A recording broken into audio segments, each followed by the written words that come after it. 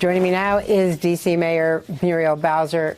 Madam Mayor, thank you very much. I know you're in the district building. You're monitoring the debate. How are you feeling about it as this debate finally takes place, the first time since 1993? Absolutely. Well, thank you, Andrea, for covering it and for spreading the word across America about what we're fighting for. We're on a historic march for statehood. We know that the district becoming the 51st state is the only way that 700,000 tax-paying Americans are fully represented and become full Americans. And that's why we are fighting for statehood for D.C. How frustrating is it that Mitch McConnell won't even bring it to the floor?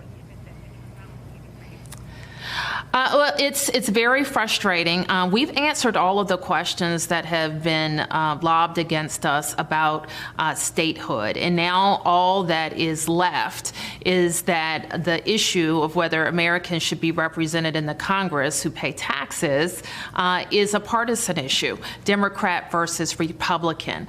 But that's not really the question that the members should be asking themselves. They should be asking themselves what is fair and what reflects the principles of the American democracy. D.C. residents being the only people in the free world whose capital city residents aren't represented in the Capitol is simply anti-American.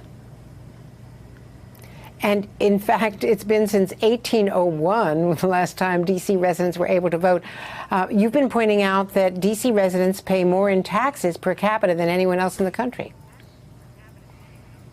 Right, and so sometimes people are confused about who we are and how we operate in Washington, D.C., and what the Constitution requires. The bill that's before the House of Representatives continues to have a nation's capital, a federal enclave that is required by the Constitution of the United States. But the balance of the current District of Columbia, where over 700,000 people live, becomes the 51st state.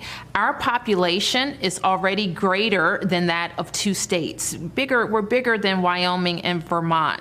And unlike the territories, which we've been compared to recently, we pay all of the federal taxes that every American pays in the 50 states. So when you see in taxation without representation on our license plates, because we're literally paying more than 22 states, more per capita than any jurisdiction, giving more to the federal government than we get back.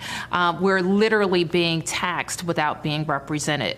Our Congresswoman Eleanor Holmes Norton has been fighting this fight to get a vote in the House of Representatives. But currently, we do not have anybody speaking for us in the Senate. And getting 2 senators and being fully autonomous is what statehood means for Washington, D.C. Would land be taken from the neighboring states, from Virginia and Maryland, in this new conception of a 51st state? Absolutely not. So the current District of Columbia in the Admission Act there is a section that is the federal enclave that includes the White House, the Capitol, Supreme Court, the National Mall, all the Smithsonians. So the people from across America will still come to their nation's capital. And the balance of the current District of Columbia becomes the 51st state. Now, you tweeted today that the color of your skin shouldn't determine whether you can vote. I'm paraphrasing there. Do you think that there is a racial reason for this, for the district being there is without a vote? Well, we know the earliest discussions among the framers in the District of Columbia related to slavery. And we know that race has accompanied this discussion throughout. Everybody knows that we are proud of our rich and diverse history in the District of Columbia. African Americans, people of color, and people of all backgrounds call D.C. home. And we should not, people should not look to us and say that we're too urban, we're too black, we're too liberal, and that makes us different from the people of the other American states, and we have to justify our American citizenship and representation. That hasn't been the case for any state being added to the Union, and it shouldn't be the case for us.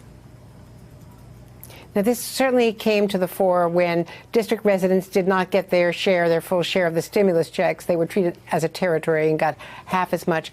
But it really came to light 3 weeks ago, a little more than 3 weeks ago, when you did not have the power to control the National Guard, to prevent the federal troops from clearing peaceful protesters from in front of the White House so the president could have a photo opportunity.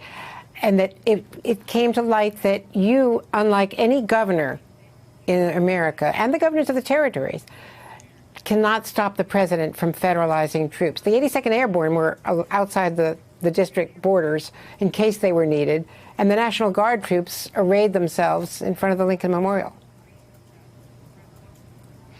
I mean, I think this was a real education for everyone in America, that we never thought we would see the federal government move in that way against American citizens. You know, many conservatives will argue that D.C. can't be a state because the state would have too much power over the federal government. But we know how dated that argument is. The real concern that we saw was a big, massive federal government and its army can move on American citizens who were peacefully protesting. And no one wants to see that happen. What residents across America should know is that the federal enclave that will be the seat of federal power will continue to operate under the jurisdiction of the Congress of the United States. The president will have access to the Secret Service, the United States Park Police, and the Congress to the Capitol Police. But the residents of Washington, D.C., our new state, Washington, D.C., will be fully autonomous, just like every American citizen. We already operate like a state, Andrea. I don't have to tell you that. I operate as the mayor, the county executive, and the governor. We have a $15 billion budget. We balance our budgets every year. We see improvements in our schools, city services, and our amenities. So we know what we're doing to manage our city. Our residents elect people to control every aspect of our life, and the federal government has to stay out of it. Hey there, I'm Chris Hayes from MSNBC. Thanks for watching MSNBC on YouTube. If you want to keep up to date with the videos we're putting out, you can click subscribe just below me or click over on this list to see lots of other great videos.